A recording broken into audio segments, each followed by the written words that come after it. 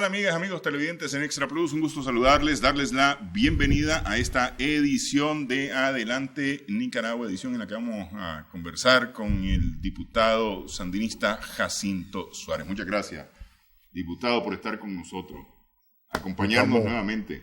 Acompañándonos nuevamente. Sí. Gracias por el interés y la invitación que me han hecho.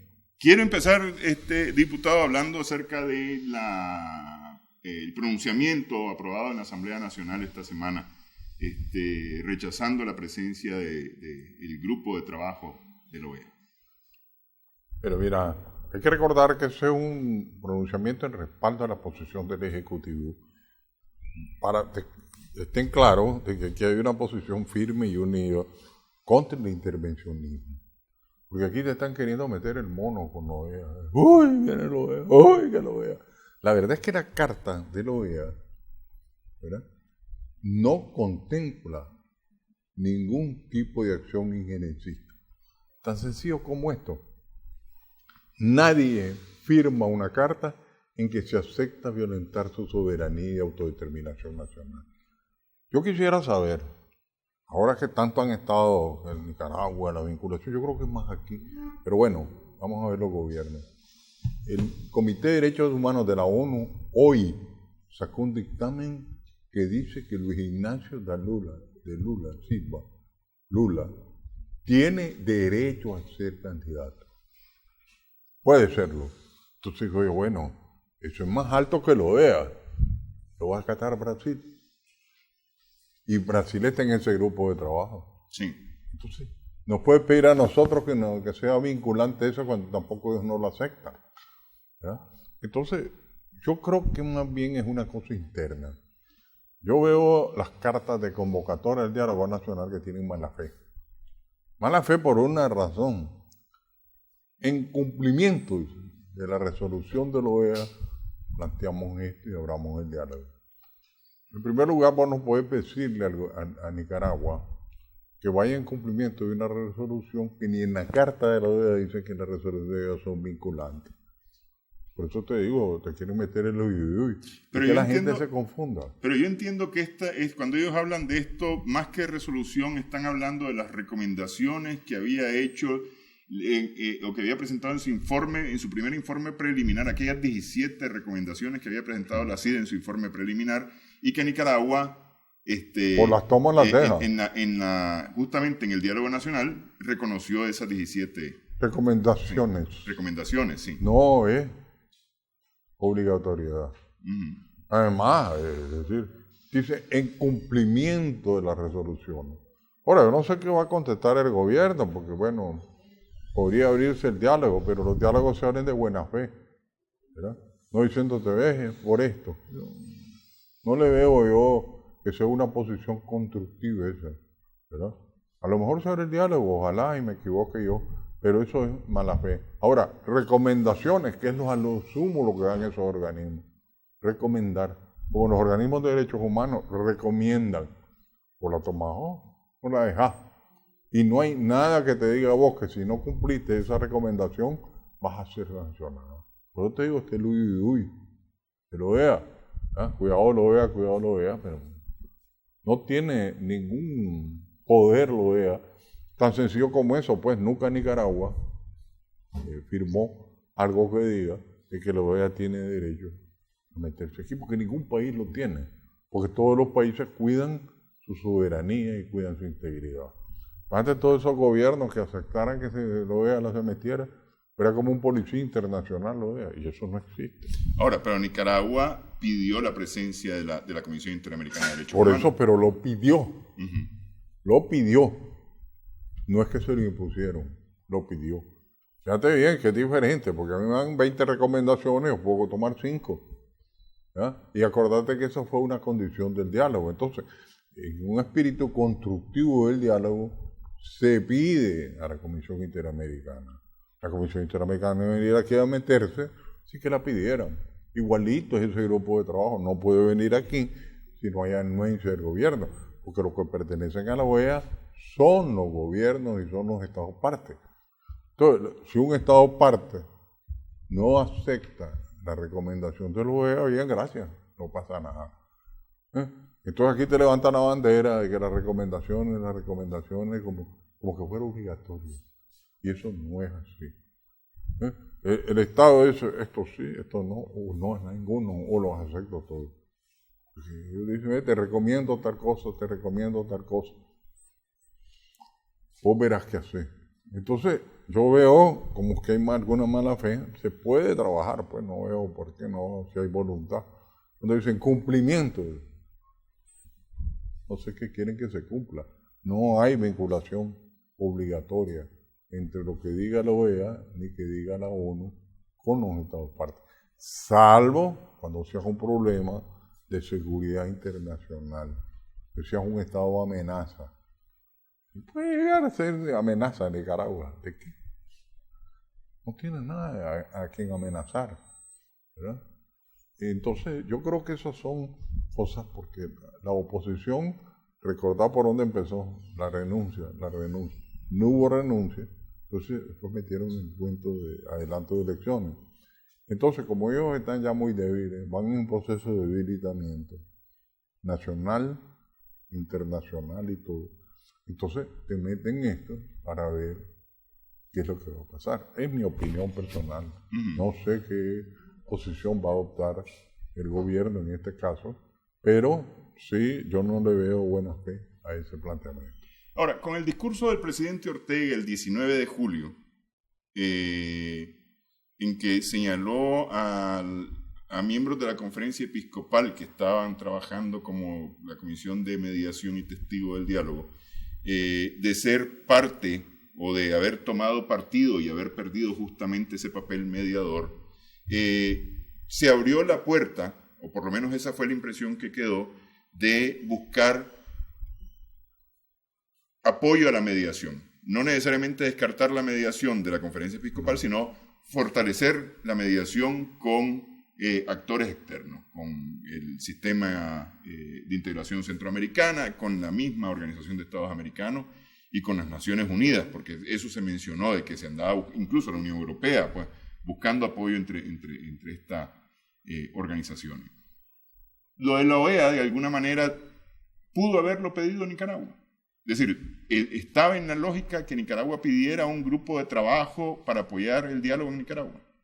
Si no lo pidió Nicaragua. No, pero había la posibilidad, existía esa posibilidad. Bueno, si lo hubiera pedido Nicaragua es otra historia. Tendríamos que estar acatando porque fue voluntad nuestra. Cuando aquí vino la CID, fue que el gobierno de Nicaragua le pidió que viniera. No es que nadie nos lo impuso. Otra cosa es que él va a trabajar sobre Nicaragua. No veo cómo, pues. Ellos no invocan ningún artículo. Ahí vamos. Pero decir, tener el derecho de decirle, no señor, usted no puede venir. Ellos en la carta de petición hablan del artículo 3 de la Carta de Constitución de la OEA. Y justamente el artículo 3 habla de la no injerencia. ¿De la? El artículo 3 habla de la no injerencia. Sí. Es decir, dice que no se puede ingerir o no se puede inmiscuir en los asuntos internos de un país. ¿Ah? Sin embargo, han salido con el tema de que los derechos humanos son supranacionales, son interés supranacional. No, hombre, eso no es más que un pretexto. Porque, bueno, hablemos de derechos humanos, toda América Latina. ¿No? México, que está abanderando la posición contra Nicaragua. ¿Cuántos muertos hay en México diario? ¿Cuántos desaparecidos hay en México diario? En Brasil, ahí está, como te decía, el problema de Lula. De todas maneras, le quieren negar su derecho a ser candidato y han hecho un poco de truco para tenerlo preso, porque no le han podido probar nada. Es una violación expresa a un expresidente. Si nos ponemos, Macri ha reprimido toda Argentina, tiene hasta presa una diputada. ¿Verdad? Si hablamos de derechos humanos, hablemos.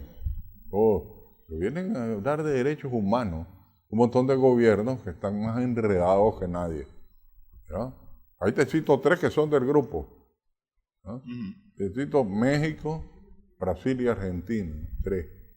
Y habría que preguntarle si los derechos humanos de Lula no les merece una intervención a ellos. Porque ahí dijo el Comité de Derechos Humanos de la ONU que sí, tiene derecho Lula a ser candidato. Entonces, ¿qué van a hacer ellos? Porque dijo la ONU, lo van a inscribir. Ojalá. Pero no lo veo que los estados se sometan a ese tipo de cosas. Ese tipo de resoluciones lo que tienen es una presión política y moral, pero nada más. Ok, ¿y esa presión política y moral hacia Nicaragua cómo queda? Pero si la presión la están buscando desde aquí, son los que están buscando cómo, te repito, los organismos internacionales les hagan el volado de lo que no pudieron conseguir. Y no lo consiguieron, y yo no sé si has visto artículos de los periódicos extranjeros. Los periódicos extranjeros, ahora estaba leyendo un columnista norteamericano de un diario de derecha, que dice que el arreglo de Nicaragua en que la oposición hubiera sacado concesiones importantes fue cuando estaban en el diálogo y estaban los tranques. ¿Verdad? Que ellos nunca quisieron hablar de retirar los tranques. Los tranques tenían un precio que podía haberlo pagado el gobierno, que estaba dispuesto a conceder y se los dijo, hablemos abiertamente. ¿Qué es lo que quieren? Pues que somos oídos para lo que sea. No, que renuncie a Daniel, que renuncie a Daniel, que renuncie a Daniel. Y es que la cosa que hay que entender es que esa es una alianza que tiene muchísimas diferencias en su interior. Te cuento una que es terrible. Las mujeres que están ahí, varios ONG, son las abortistas, enemigas de la iglesia. A darte una, pues. Sí. Los sindicalistas que están ahí nada tienen que ver con el COSEP, aunque no sea. Entonces, ahí hay en esa alianza, hay una mezcolanza tal que lo único que los unía es que todos querían que se fuera Daniel. Ahora todo lo que los une es que haya adelanto de elecciones. Pero si vos tratás de entrar a temas de negociación, ellos se van por diferentes caminos. Y ese es el problema que hay. Entonces, ¿qué es lo que ven ellos?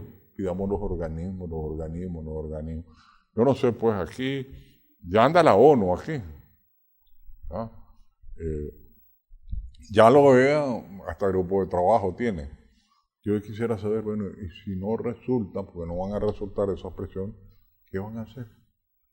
Irse para su casa, digo yo, no seguiré hablando. Tal vez se convierten en partido político, para ir a las elecciones, que sería lo más inteligente. Pero están muy debilitados. Ellos empezaron a debilitarse incluso por los mismos tranques. La gente recibió los tranques primero y los entendió, van a presionar al gobierno, estos son opositores. Algunos lo entendieron de esa manera y otros se solidarizaron con ellos. Pasó un mes, pasó 2 meses, no podían llegar a trabajar, tenían problemas con su comida, tenían una serie y empezaron a odiar los tranques. Cuando llegaron a votarlo, fueron bienvenidos. Por mucho odio que quisieran haber lanzado contra la policía, le dieron una bienvenida y todos se sintieron tranquilos. Cuando tenés 3 meses a veces no pueden ir a trabajar, ¿verdad? Porque no tenés ni carro. Entonces tenés que bajar y caminar kilómetros a veces, de un tranque al otro. Después llegar a tu casa es una cosa infernal para la gente. Un montón de negocios que quebraron. Muchos restaurantes que ya nadie llegaba porque no podías pasar. Entonces, toda esa gente recibió con satisfacción la acción policial, ¿no? Entonces, ellos se enredaron, porque ahí perdieron ellos. Y se van a seguir enredando porque no pueden ser una cosa homogénea. Ok. La oposición o este movimiento surgido después del 18 de abril, porque es un movimiento que nace después del 18 de abril, antes no existía como tal, hoy es una realidad y está debilitado, según sus palabras, ¿no? A nivel nacional. Mi percepción es que a nivel internacional está haciendo ruido todavía. Sí. Pero continúan haciendo ruido y eso podría de alguna manera traer algunas presiones internacionales para Nicaragua, que es lo que a eso están apostando. Sí. Hablemos un poco de eso, del debilitamiento aquí, de las opciones que hay para Nicaragua, porque no podemos vivir en esta de forma eterna. Estamos conversando con el diputado Jacinto Suárez. Regresamos en breve.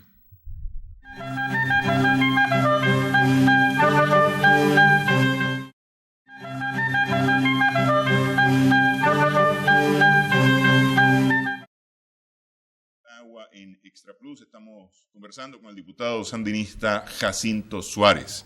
Me dice que hay un debilitamiento de la oposición en su demanda, porque básicamente esta demanda está cerrada, no hay nada más. Yo entendería que la demanda tenía que ver originalmente con el tema de la reforma LINS, ¿no? Y a eso se le sumó los estudiantes el tema de la autonomía universitaria. Y luego a esto se sumó transparencia en las elecciones. ¿Ah? Que ese es un tema que está pendiente y que, de acuerdo a un calendario con la OEA, en enero debería de haber ya un paso a paso de qué es lo que hay que hacer para limpiar el sistema electoral en Nicaragua. Recordando que las elecciones anteriores la OEA los avaló. Sí. Entonces, están pidiendo transparencia porque ellos no ganan. Esa es la verdad. Porque es que pueden pedir, ellos vienen pidiendo a la OEA, vienen hablando de la OEA. La OEA vino aquí, vio las elecciones y las respaldó. Y hablaron mal de la OEA. Y hablaron mal del secretario porque general ellos de la OEA. quieren, y tuvieron hasta un problema serio con el secretario general, porque llegaron a imponerle qué es lo que tenía que hacer. Y a que lo trató hasta con grosería, le dijo barbaridades, un pleito fuerte que hubo ahí, porque ellos querían que Almagro hiciera lo que ellos decían. En su declaración pública, Almagro les dijo mentiroso. Les dijo mentiroso, les dijo un montón de cosas. Sí. Entonces, ellos lo que... Es que esta gente, algunos analizan que son una versión del fascismo. ¿Qué característica tiene el fascismo? Que impone, ¿ves? Que nadie tiene razón, nadie puede discutir. Esto es así porque es así, y es la razón de ellos. Estos así son. Y además, el fascismo miente. Y miente seguido porque no tiene razón, ¿verdad? Entonces, ¿quién es el mentiroso en propaganda más grande de la historia? Goebbels, que decía, miente, miente, miente. Mientras más grande sea la mentira, miente más, que termina siendo verdad. Ese es el dicho de ellos. Entonces, digo, vos te pones a pensar, ¿quién con 3 dedos de frente puede pensar que la Policía Nacional andaba ametrallando a la gente de gratis? Sí, se volvieron locos, pues. ¿A cuenta de qué? O que el gobierno de Nicaragua manda a matar un montón de gente para afianzarse en el poder. Todavía, en Matagalpa, dicen que Lenín Díaz, que viene desde sus genes sandinistas, era autoconvocado. Decime vos, el hombre andaba ahí en unos quehaceres, lo matan y era autoconvocado. Yo creo que realmente son unos argumentos a veces totalmente faltos de realidad. Y yo creo que eso de estar diario repitiendo un argumento, termina la gente metiéndole miedo. Lo que hay que entender es que si vos querés ganar una causa, vos tenés que captar a la gente, convencer a la gente, como hicimos los sandinistas, que te apoyaran, no imponiéndole a la gente, ¿no? Entonces, ellos andan quebrando vidrios de los comercios, andan haciendo 1000 vandalismos y quieren que la gente los tiene que apoyar porque los tiene que apoyar. Entonces, para mí eso es bandolerismo, pero tiene una expresión política. Así es el fascismo. Y yo creo que salvando a Nicaragua de esos vándalos, estamos salvándolo también del fascismo. Porque imagínate, las torturas y las barbaridades que hicieron te enseñan qué es lo que son capaces de hacer. Y yo todavía no he escuchado en un solo de los civiles de ellos una palabra de censura de todo eso. ¿Por qué? Porque ellos están de acuerdo. Les gustó que hicieran eso con los sandinistas. Ni una palabra, ni siquiera lo mencionan, no existe. Quemaron, mataron, violaron, silencio total. Y lo que más preocupa, que aquí hay sectores grandes de la clase media que andan entusiasmados en ese movimiento y son incapaces, censuran al gobierno de Nicaragua, le dicen barbaridad, pero sobre esos hechos guardan silencio. Entonces es una doble moral, es una hipocresía de todos esos sectores. O acusan al gobierno de haberlo hecho. O acusan al gobierno, que también es una cosa. Sí. Sí, es decir, pero es una manera ¿sí? De mentir y mentir. Es el gobierno, en ser compadre. ¿Cómo se le ocurre que el gobierno iba a matar al hijo de la Benigna Mendiola? ¿A cuenta qué? ¿Y qué ganás con eso? Absolutamente nada. Lo mataron de la alcaldía. Eso. ¿Sí? Absolutamente. Y aquí ha habido muertos que le echan la culpa al gobierno. Yo no sé qué gobierno necesita andar matando gente para garantizar su estabilidad. Un gobierno que nos están atacando, lo que menos podía hacer es eso, ¿verdad? Pero, entonces, incluso han pasado cosas. Los organismos que han venido aquí, pedidos por ellos, no les han dado la razón en todo, entonces los atacan. Porque tienen que hacer lo que ellos dicen, y tienen que hacer como ellos dicen. Entonces, eso es una forma, una expresión fascista, ¿verdad? Muy, diría yo, muy atrasada, pero en definitiva esa es una expresión del fascismo, ¿verdad? Eso de matar, quemar a la gente es odio, y el fascismo tiene un gran odio. Yo lo que quisiera saber de dónde se cargan de odio tanta gente aquí. ¿Qué cosa los llevó a ser tan odiosos? ¿Verdad? Porque quienes vivimos la dictadura somocista y luchamos contra ella, sabemos que este gobierno está millones de años lejos de lo que fue el somocismo, que es el fantasma que ellos levantan. No tienen ni idea de lo que fue Somoza y lo andan comparando. Lo hacen por consigna, pues, porque también mucha gente que la oye tampoco sabe lo que fue el somocismo, ¿verdad? Pero eso, y además son tan deshonestos que buscan cómo pegarse a las consignas sandinistas. Que se rinda tu madre, eso es de Leonel Rugama. Eso es de Leonel Rugama, un guerrillero sandinista. Ponen Pueblo Unido. Esa es una canción de izquierda de toda la vida. De la lucha chilena. De la lucha de los estudiantes en las calles, sí, de Venezuela, peleando contra los gobiernos de turno. Entonces, y sacan otro montón. Había Comando Jorge Navarro. Como que fueran tratando de apropiarse de ciertos valores para darle contenido a su mensaje, como que fue gente que tiene algún vínculo con ellos, para tratar de embaucar también. Ok, pero volviendo a la pregunta original, en enero vamos a tener un acuerdo, por lo menos con el calendario de la OEA, sobre el sistema electoral nicaragüense. Es decir, el calendario no me lo tengo en la cabeza. Yo lo que sé que es mejorar el sistema electoral, que termine eso en el 2020 o 21, comienzos del 21, que deja el sistema electoral modernizado. Porque aquí ningún organismo internacional, ni siquiera por condena, por razones políticas, ha dicho que este sistema electoral, las elecciones han sido fraude. Ninguno lo ha dicho. Es fraude para los que no ganan. Acuérdate que eso siempre así es.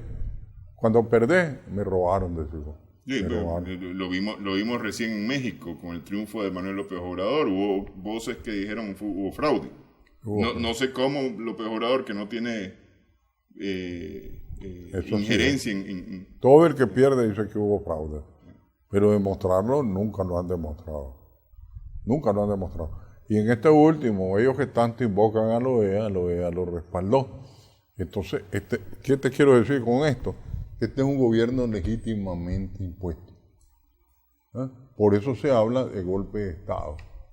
Y por eso no se acepta el adelanto de elecciones. Que es un mandato constitucional y ese es el camino de Nicaragua. El gobierno tarda 5 años. Por que me digan a mí qué barbaridad es este gobierno para quitarlo. Si era un buen gobierno. Tenía la economía muy bien, tenía todo bien. ¿Por qué lo vas a quitar? Y el gran problema que veo yo es que esto no lo vamos a recuperar pronto. Esto podría ser, pero hay que esperar. Porque además aquí se hace falta voluntades el gobierno dice estar trabajando en esto, pero yo no sé si el sector privado está dispuesto a trabajar también en esa misma línea para una pronta recuperación. Pues. Mira, lo mejor que fuera que el sector privado aceptara trabajar en la recuperación económica de acuerdo con el gobierno. Ojalá. Pero ellos están metidos en una dinámica política que entiendo que se lo metió un grupo de ellos, encabezado por Chanito Aguirre, los que lo metieron a esto. Ahí deben de haber ya inconformidad a estas alturas, porque ellos han perdido también un montón de plata. Se han caído muchos sectores, la construcción, el turismo, etcétera, etcétera. Y eso no le gusta a nadie, ¿no? Yo creo que ellos tendrán que entrar en razón, si no es que ya entraron, y empezar a trabajar, que es lo que necesita el país. El grado de entendimiento con el gobierno es importante. Yo te recuerdo una cosa, el grueso de la economía es la economía popular en este país. Yo no sé si vos has visto las estadísticas. Sí, ¿no? Estamos hablando de que 8 de cada 10 empresas son de la pequeña y mediana empresa. Sí. ¿Por qué? Porque eso es lo que se olvidan a veces ellos mismos. Aquí hubo una revolución que redistribuyó la propiedad. ¿Estamos claros? Entonces aquí no hay un montón de grandes propietarios y abajo no hay nada, sino que creció la pequeña y mediana propiedad y disminuyó la gran propiedad. E incluso ese mismo concepto, hay un montón de gente que no tiene grandes propiedades. Esos dueños de pequeños negocios, pero les gusta estar metidos ahí. Y hay unos que yo no sé ni qué negocio tienen, Chanito no sé ni de qué vivir. Si lo corren del COSEP y lo corren, yo no sé de dónde va a vivir, ¿verdad? Pero, porque yo no conozco ningún gran empresa que sea propietaria de Chanito. Y habla como el paro nacional, como que tuvieran ya ves, hicieron dos. ¿Dos? ¿Qué gobierno aguanta 2 paros? Este gobierno no tiene respaldo popular y estructura económica fuerte, contraria a los capitalistas. Porque la pequeña y la mediana empresa no le gustan un paro. Pero está fuerte la estructura económica, porque es decir, la reforma del presupuesto dice lo contrario, más bien. La reforma del presupuesto es falta de recaudación por los 3 meses que pasó esto prácticamente en suspenso, ¿verdad? Y todavía no termina de respirar, todavía hay un montón de negocios cerrados. Apostamos de que estos poco a poco vayan respirando, vayan volviendo. Y me estaban contando de que ya San Juan del Sur vuelven los cruceros. Los cruceros, creo que el día 20 viene el primero. Eso va a ir dando poco a poco oxígeno. Y todo ese sector de turismo va a ir reviviendo poco a poco. Los niveles que tenían antes no pueden caer de un solo. Tienes que ir poco a poco. La gente donde vea la paz y la tranquilidad puede venir entrando. Lo más importante aquí es recuperarnos lo más pronto posible. Yo creo que ni el mayor experto te puede decir que en tantos meses va a pasar esto. Porque hay varios factores pues, que pueden incidir, ¿verdad? Pero bueno, aquí estamos. Aquí no vienen tampoco, como decían algunos, sanciones económicas, en el sentido de que nos van a acercar, nos van a... OEA no lo puede hacer. Como OEA. Pero sobre eso tengo una pregunta que la vamos a hacer más adelante en Adelante Nicaragua. Para la siguiente parte, usted habla de paz, pero existe todavía ruido. Es decir, esta es una crisis que bajó su nivel, pero no ha pasado. Está en ciernes todavía esta crisis y hay que darle una solución. Como dicen, todavía vive Sopel enfermo. Sí, entonces vamos a hablar de las opciones. Hacemos pausa en esta conversación con el diputado Jacinto Suárez en Adelante Nicaragua.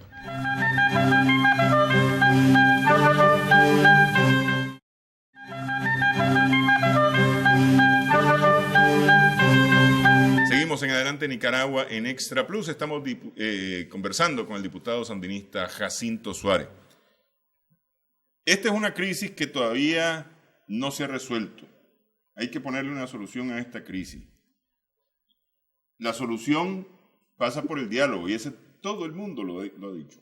Pasa por el diálogo, así es. Yo no creo que haya alguien que diga que aquí la solución es agarrarnos a trompones. La solución es el diálogo.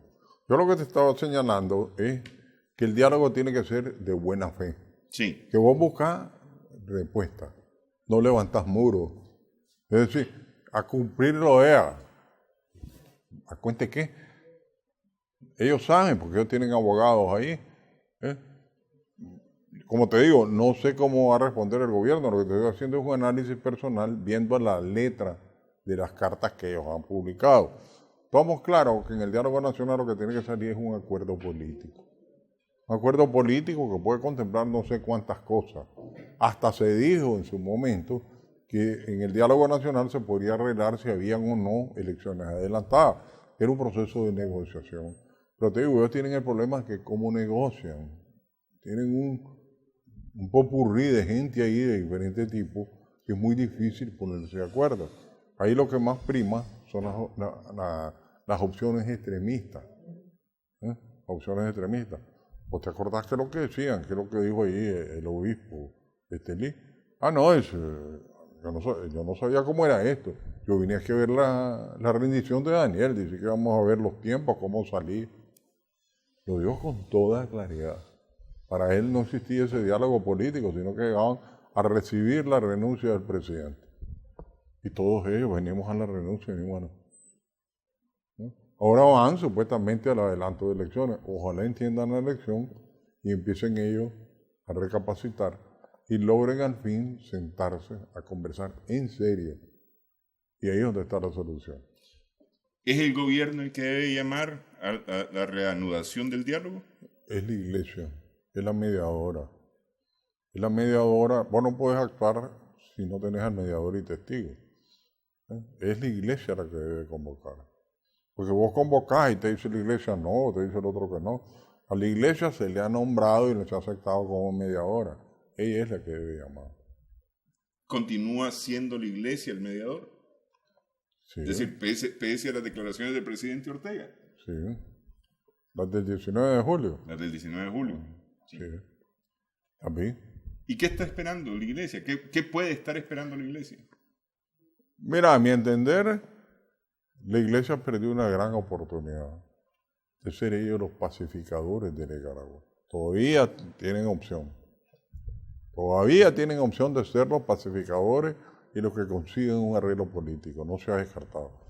Pero se dedicaron a atacar al gobierno y a tomar mando. Es imposible que ellos logren el papel ese.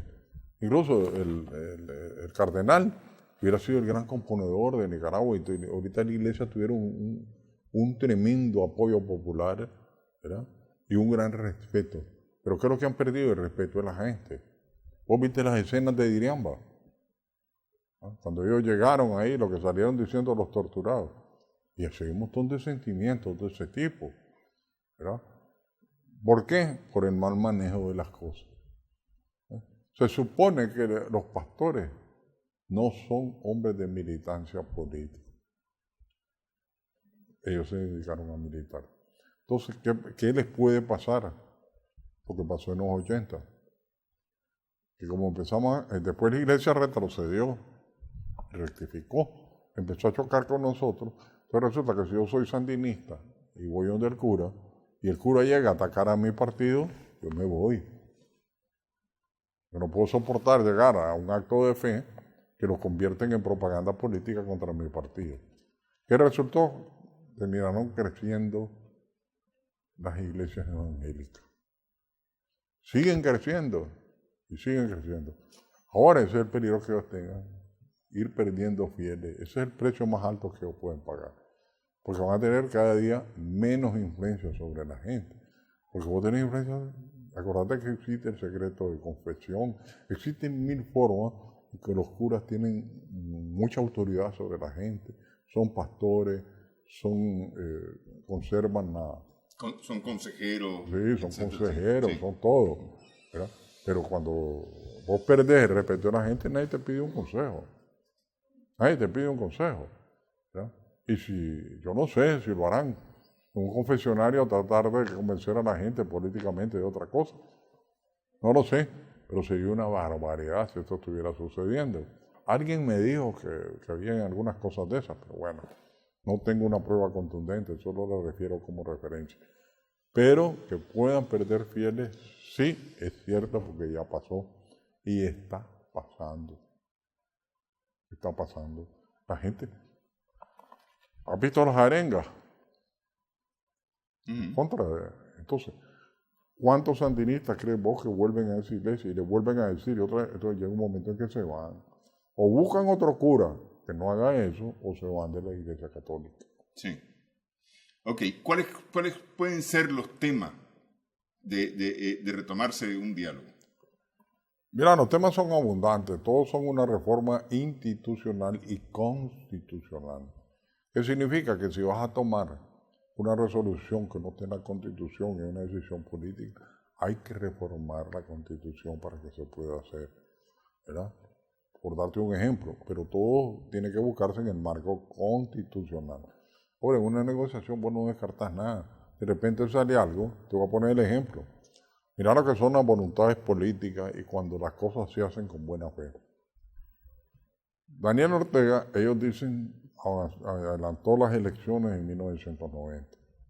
Todo el mundo lo aceptó de una manera tal que, mira, la Constitución dice que hay que ratificar 2 veces una reforma constitucional. Sí. Cuando Daniel Ortega acepta el adelanto de las elecciones, hacen la primera reforma en un año. Al siguiente año le tocaba la segunda y ya habían hecho elecciones. Y nadie dijo nada. Sí. Y la volvieron a aprobar para llenar el requisito en enero.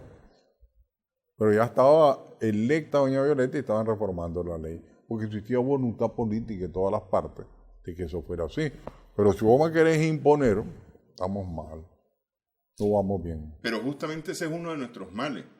Es decir, muchas veces por el bien del país hemos hecho cosas que van por encima de lo que establece nuestro marco legal. Ese es un ejemplo clarísimo. Se aprobó la reforma en primera vuelta y no se esperó a la segunda vuelta. Se llamó elecciones inmediatamente. Sí. Y todo el mundo lo aceptó por el bien del país. Sí. Pero ahí se está aceptando. Todo el mundo acepta lo mismo. La oposición no dijo que se compusiera eso. Ni el sandinismo dijo que se compusiera. Ya había un acuerdo político que fue negociado entre los partidos y Daniel ahí en el Olof Palme. ¿Ya? Entonces, eso es buena voluntad, eso es fe. Pero aquí no hay fe cuando te digo, vos tenés 1, 2, 3, 4. Y te lo digo, tenés que hacer esto. Ok, pero para llegar a esto, de acuerdos políticos... Hay que conversar. Hay que conversar. No hay otra forma de hacerlo. A mí me parece, hay mucha gente que anda diciendo que la alianza no tiene representatividad, que no tienen... Pero al final de cuentas ese es el actor que se aceptó en el diálogo. Los que están ahí sentados por la alianza son los actores aceptados en el diálogo, es decir, que tienen legitimidad para estar ahí, aunque no tengan representatividad, que es lo que dicen algunos. ¿Ah? Pero ahí hace falta, me parece a mí, meter a otros actores. Se debería enriquecer el diálogo. Porque, por ejemplo, a ver, se van a tomar decisiones políticas que van a tener que pasar por la Asamblea Nacional, porque se tienen que pasar por la Asamblea Nacional. Sí, que entre los partidos. Es que el problema que hay ahí también es que todos esos que están sentados ahí no saben política, ni tienen interés político. Ahí en eso era un maratón en la televisión. ¿Verdad? ¿Quién es el que brillaba más? Porque todos quieren ser candidatos de cualquier cosa. ¿Verdad? Entonces, para ellos también tienen una mentalidad de que cualquier negociación es traición. Por eso te digo, son gente de un marco muy cerrado que exigen que todo el mundo piense como ellos. Por eso te digo que tienen rasgos fascistas. Y que cualquier negociación es traición. Entonces, eso anda volando entre ellos. Yo no sé si te has dado cuenta que todos ellos consideran traición al que le dé concesiones al sandinismo. Pero para ellos, en las rondas anteriores, ellos esperaban la renuncia de Daniel. Después salió el cuento de las elecciones adelantadas, que no salió del sandinismo ni salió de ellos. Vino ya sabéis de dónde, elecciones adelantadas. Pero esas elecciones adelantadas, nadie las negoció, nadie las habló. ¿A cuenta que tenemos nosotros que hacer elecciones adelantadas? ¿A cuenta qué? ¿Me explico? Porque tampoco ellos han querido ni siquiera negociar. Hay que hacerlo porque ellos lo dicen. Por eso esa comisión nosotros la llamamos la comisión de las exigencias. Exigen, y quedan. Porque tenés que dar. Claro. En una negociación es así. Antes que tenían que dar, que eran los trans que no quisieron dar, hicieron una fuerza, estaban estrangulando al país. Porque eso es otra cosa. Mucha gente dice que ni siquiera los tranques podían negociar, porque ya los tranques estaban fuera de su control. Pero bueno, eso fue lo que sucedió cuando el 15 de junio, que fue el último acuerdo del diálogo, en la mesa de verificación, se acordó que se levantaban los tranques y la respuesta inmediatamente después de la conferencia de prensa, donde se anunció ese acuerdo, fue los tranques no se levantan. Así es. Así es. Los tranques no se levantan. Porque ellos tampoco tenían toda la autoridad para pararlo. Eso dicen ellos, pero es dudoso también. Porque el dinero que le daban a los tranques salía de ahí, de esas ONG que están ahí, de eso, toda esa gente que estaba ahí era la que estaba dando el dinero. Le quitó el dinero y ya no hay tranque. Ahí comían, recibían salario. Y yo no lo estoy calumniando, eso es absolutamente cierto. ¿Ah? Mira, los sandinistas sabemos lo que cuesta una acción. Vos metés a una gente 30 días en un tranque, te cuesta un chorro de reales. Un chorro de reales, darles de comer nada más. Y si les das de comer y le das plata, es otro chorrón de reales. Y habían como 300 tranques en el país. Por eso nosotros hablamos de la manguera de dinero que vino aquí. Y a mí que no me digan que los tranqueros estaban de gratis y por voluntad patriótica, porque no existe. No existe eso. ¿Ah? Porque la gente tiene que ir a trabajar, tiene que ir a su casa, tiene familia. No va a pasar 3 meses ahí. ¿Ah? Hasta por la vida cotidiana te comen. No puede ser. Entonces, ellos tenían la capacidad de quitar el dinero, pero no lo hicieron, no les interesaba. Ellos creían que esos tranques iban a lograr la victoria. Pero, te advierto algo, cuando ellos se logra un acuerdo sobre los tranques, ellos los delegitiman, porque ya no pueden legitimarlo, porque ya la gente los está odiando. Entonces no podían legitimar algo que ya la gente ya no lo quería, ya no quería saber nada de tranques. Entonces ese dio un espacio político ideal para destruirlo y no antes. Porque esa característica tiene Daniel, él sabe escoger bien los momentos políticos. Es un gran táctico y un gran estratega. Y él dirigió bien eso, y cuando hubo que destruirlo, porque además es un mandato del gobierno garantizar la movilidad de la gente, ¿verdad? Garantizar el funcionamiento del país. Él cumplió con eso, con su deber. Lo que pasa es que si lo hubiera hecho antes, políticamente se rompía el diálogo, pasaban otras cosas. Pero cuando el diálogo llegó a esa conclusión, mejoró la condición de ir a acabar con los tranques. Por eso se nos acabó violentamente. Mirá, ahí habían tranques que nos habían levantado hasta 3 veces, quitando los adoquines. Y se volvían a meter porque eso era un negocio, ¿verdad? Cuando se llegó echando presos a los que estaban ahí, y eso, y es decir, imponiendo la fuerza de la ley, desaparecieron. No tenían interés en otras cosas más que estar ahí encerrados, pero cuando llegó la fuerza de la ley es otra cosa. Y que no eran ningunos pacíficos, pues tenían armas, ellos mataron policías. Pues eso es otra, pues. Los tranquistas, pobrecitos, estaban solos ahí y desarmados. Todos esos tranquistas estaban armados. Ok, hacemos pausa, una última pausa en esta edición de Adelante Nicaragua. Estamos conversando con el diputado Jacinto Suárez.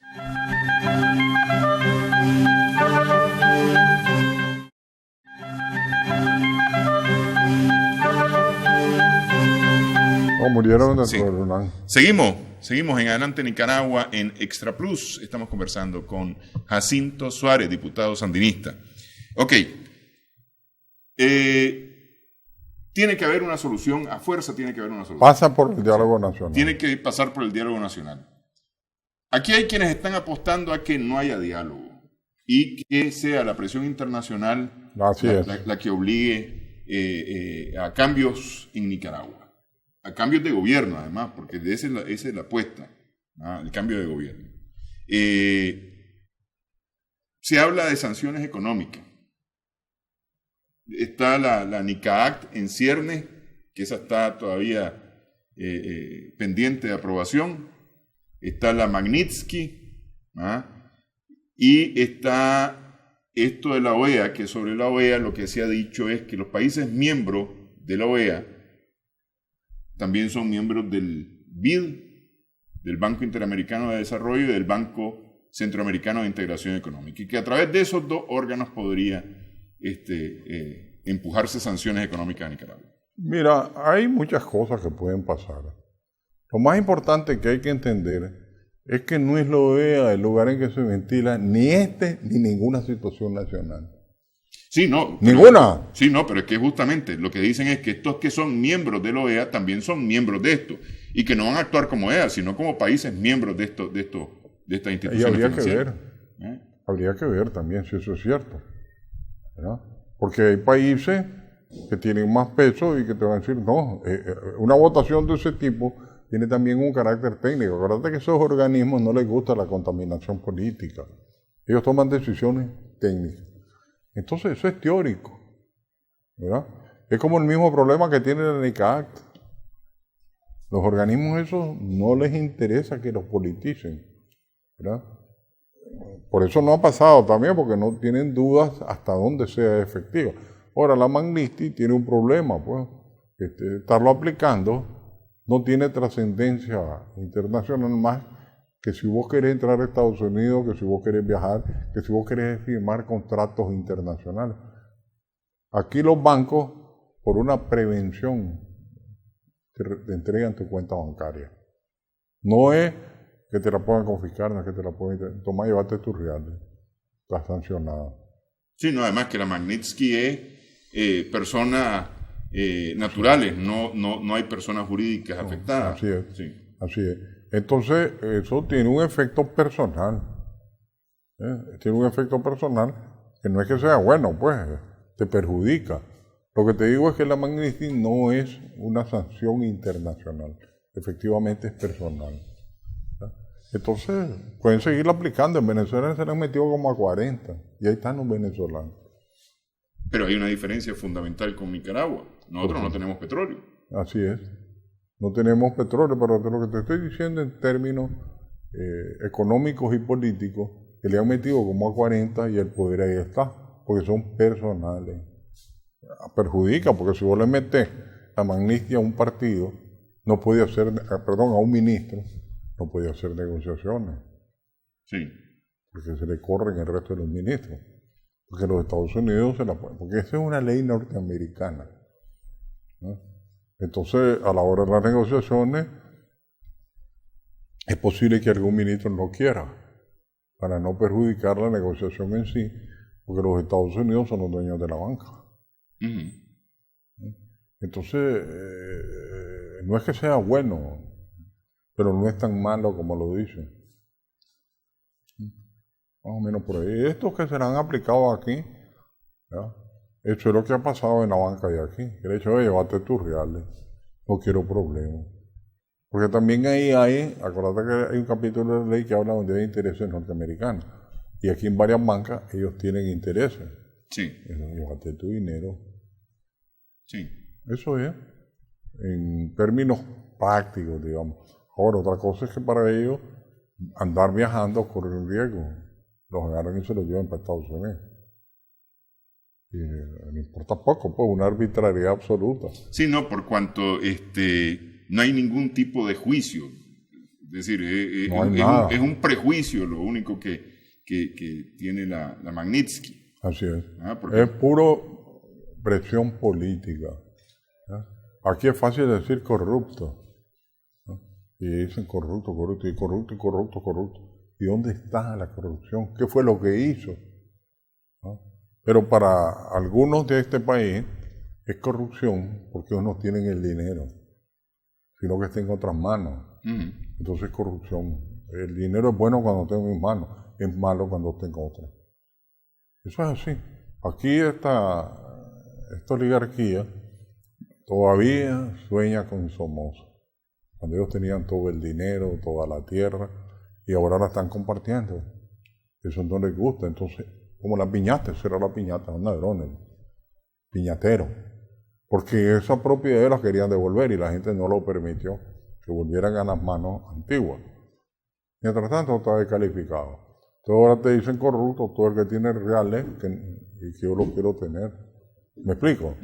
Yo quisiera tenerlos o siento el derecho de tenerlos yo, no ese montón de gente. Son ladrones, corruptos. Hicieron su plata con la piñata, qué sé yo, cuántas cosas más pensarán. ¿Ya? Entonces ellos califican de corrupto y ahí le cae. Sin que esto vaya en detrimento del combate a la corrupción, lo que estoy diciendo. Lo que estoy diciendo es el concepto político de la corrupción que tienen las élites. Ese es el concepto de la corrupción que tienen las élites. Ellos son los dueños del país y del dinero. Ok, ¿y con los multilaterales? ¿Con los Ese es organismos otro multilaterales? asunto. Ese es otro asunto que depende de los países, dependen de muchas cosas, ¿no? No son factores que se puedan descifrar de entrada, ¿no? Es decir, ¿qué puede pasar si llegas al BID? ¿Qué puede pasar si llegas al BESIE? ¿No? No se sabría decir, francamente. Porque ahí hay una tecnocracia que no le gusta la política, pero habría que ver hasta dónde llegan las presiones norteamericanas. Porque tampoco la administración esta que está, ellos ahí lo que han movido es la ultraderecha norteamericana, la mafia cubana y algunos senadores, ¿verdad? Y efectivamente ha llegado al gobierno norteamericano, porque el vicepresidente ha hecho varias alusiones a Nicaragua. Pero lo que te quiero decir es que Nicaragua no, tampoco ellos se van a cortar el pulso y se van a matar porque es un peligro terrible. Venezuela es el petróleo. Y es una franja de petróleo riquísima. Ahí hay plata, pero para tirar para arriba. Ellos quieren recuperar Venezuela como sea. Venezuela es un asunto de vida o muerte para ellos. ¿Qué este país podrá ser de vida o muerte para Estados Unidos? ¿Qué se van a llevar de aquí? Una cosa más política. Entonces aquí la guerra es más política, el pleito es más político, no es económico-financiero. Entonces habría que ver esos organismos económico-financieros cómo reaccionan ante una posición política. Habría que ver. Bueno, quiero agradecerle que haya estado con nosotros, diputado. Muchas gracias por esta conversación, el diputado Jacinto Suárez. Gracias también a nuestras amigos televidentes por su sintonía en esta edición de Adelante Nicaragua. Esperamos que el programa haya sido de provecho para usted.